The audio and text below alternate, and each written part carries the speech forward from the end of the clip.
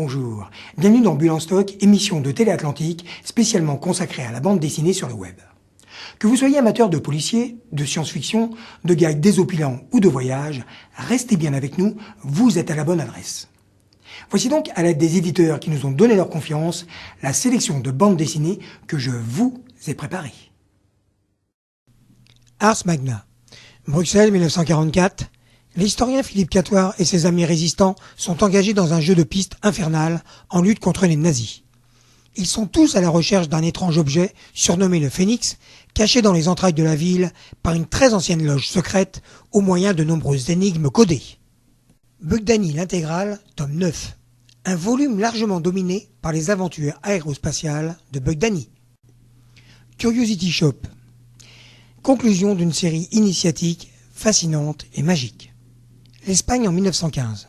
Max et Luna poursuivent leur quête de la légendaire table de Salomon, le duo Valzapena et Zarkovsky à leur trousse. Mais ceux-ci sont-ils réellement à la recherche de la table?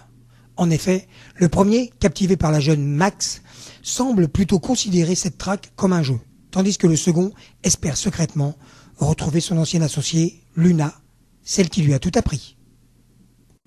Dunk, tome 1, naissance d'un héros. Une rencontre de basket à Istanbul, les Pils jouent à domicile contre le leader Galatasaray. Leur pivot, Steve Moreira, mène le jeu et, à l'arraché, offre la victoire à son club. Le soir même, il est sauvagement agressé. Le message est clair, on t'avait dit de laisser filer le match. On est en 2029 et l'industrie du sport et les paris en ligne brassent plus d'argent que la drogue et les armes. Alors, Esteban, tome 5, le sang et la glace.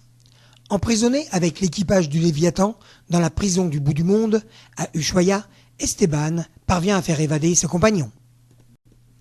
La famille Passiflore, tome 2, la chorale. Revoilà la famille Passiflore. Pirouette adore chanter avec ses frères, mais elle préférerait se produire sur scène avec son chanteur favori, Roméo, qui doit donner un concert dans quelques jours. Par chance, la chouette Luna recrute des volontaires pour sa chorale. La ville 10, tome 1, la folie Gradelon. Voilà des jours que Gradelon, roi de Bretagne, lance en vain son armée à l'assaut de la citadelle. Devant l'obstination de son souverain et ami, Ronan Meldwin se résout à déserter avec ses hommes. Gradelon s'éveille seul, le camp est abandonné, et la forteresse comme endormie. Le Petit Prince. Sur cette planète cubique, le peuple marche sous les ordres du Griffin sans se poser de questions pour rester en permanence sur la face supérieure du cube. Car s'il s'arrête de marcher, il tombe dans le vide stellaire. Mais une poignée d'habitants a refusé cette fatalité. Les autres gens, tomes 12 et 13. Nés d'une initiative sans précédent de Thomas Cadden, les autres gens, réunis autour de son créateur, les meilleurs auteurs de la nouvelle scène BD. Manara le singe.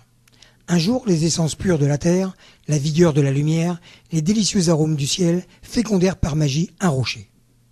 Celui-ci engendra un œuf qui s'ouvrit au vent. De l'œuf naquit un jeune singe de pierre, parfait à tout point de vue. Il s'inclina aux 4 points cardinaux et la magie de son geste provoqua une lumière irradiante comme un diamant. Marx, une biographie dessinée. Associer Karl Marx et la bande dessinée, l'idée a de quoi surprendre. C'est pourtant ce que proposent, avec bonheur, Corinne Mayer et Anne Simon. Mère anonyme. C'est bien connu, devenir mère, c'est extraordinaire. C'est une aventure inoubliable, une expérience qui change la vie. Pour faire court, c'est fabuleux.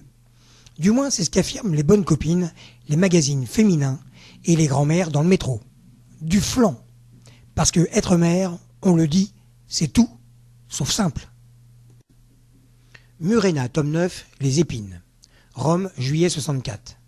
Le grand incendie a ravagé la ville, détruisant totalement 3 de ses 14 régions et laissant d'immenses dégâts dans 7 autres. L'empereur Néron rêve alors de rebâtir une ville, nouvelle et somptueuse, tout à sa gloire. Mais il faut d'abord trouver des coupables. Otaku Blue, tome 2.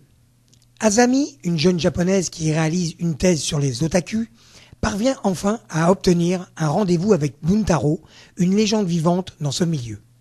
Toujours très mystérieux, il lui indique par téléphone le lieu du rendez-vous. Azami, fâché avec son petit ami, s'y rend seul. Sam, tome 2, chasseur de robots. Dans les décombres d'un décor urbain post-apocalyptique, des adolescents survivent comme ils le peuvent. Réfugiés dans les égouts, ils tentent d'échapper aux machines programmées pour les exterminer. Sortilège.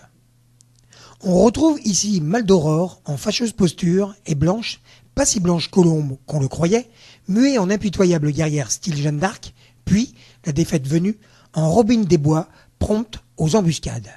Croyez-vous qu'elle va s'en laisser compter? Valentine. Valentine est dégoûtée. La seconde Soriamina dans sa classe, c'est la cata. Et la présence de Juliette et Gaëlle compte bien peu quand on sait qu'elle hérite de ses poufiasses de Karine et Barbara. Valentine la discrète va devoir s'affranchir de la présence réconfortante et bruyante de ses amis. Bulle en stock est maintenant terminé. Un grand merci à tous les éditeurs qui nous font confiance pour promouvoir les bandes dessinées de leurs artistes. Merci de votre attention, bonne lecture, à très bientôt sur Télé Atlantique pour une prochaine émission de Bulle en stock.